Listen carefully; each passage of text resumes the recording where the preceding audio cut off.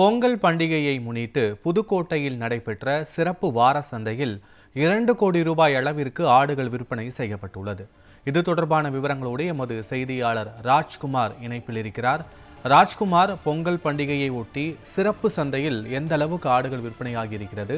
வரும் வியாபாரிகளுக்கும் பொதுமக்களுக்கும் என்ன மாதிரியான வசதிகள் அங்கு செய்து தரப்பட்டிருக்கிறது? புதுக்கோட்டை மாநகராட்சி வாரச்சந்தை வாரந்தோறும் வெள்ளிக்கிழமை நடைபெறும். பொங்கல் பண்டிகையை முன்னிட்டு இன்று சிறப்பு வாரச்சந்தை நடைபெறும் என மாநகராட்சி நிர்வாகத்திலும் மற்றும் சந்தை நிர்வாகத்தின் சார்பாக அறிவிக்கப்பட்டிருந்தது. இந்நிலையில் இன்று பொங்கல் பண்டிகையை முன்னிட்டு இன்று அதிகாலை 3 மணிக்கு தொடங்கிய ஆட்டுச்சந்தையானது விடியற் காலை 6 மணிக்குள் 2 கோடி ரூபாய் அளவுக்கு வர்த்தகமாக நடைபெற்றது. இதனால் வியாபாரிகளும் ஆடுகளை கொண்டு வந்த விவசாயிகளும் பெரும் மகிழ்ச்சி அடைந்தனர்.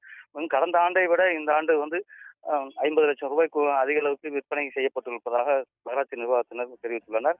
மேலும் இந்த ஆண்டு தொடர்ந்து பருவமழை பெய்து வந்த நிலையிலும் அறுவடை செய்ய முடியாததால் விவசாயிகள் தங்கள் கால்நடைகளை விற்றும் இன்று பொங்கல் பண்டிகை கொண்டாடும் விதமாக கால்நடைகளை இன்று சந்தைகளை விற்று கொண்டிருந்தனர். அதேபோல் இன்று புதுக்கோட்டை வார சந்தையில் நடைபெற்றிருந்த சிறப்பு வார சந்தையிலும் ஆடுகளும் அதேபோல் புதன்கிழமை தோறும் நடைபெறும் மாட்டுச் சந்தையிலும் கால்நடைகளும் விற்பனை செய்யப்பட்டிருந்தது.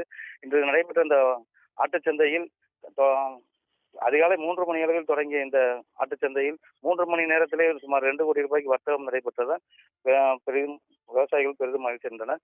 இதேபோல் இந்த ஆடுகளை புதுக்கோட்டை, திண்டுக்கல், மதுரை, தேனி, திருச்சி உள்ளிட்ட பல்வேறு மாவட்டங்களிலிருந்து ஏராளமான வியாபாரிகள் இன்று புதுக்கோட்டையிலிருந்து ஆடுகளை கொள்முதல் செய்தனர்.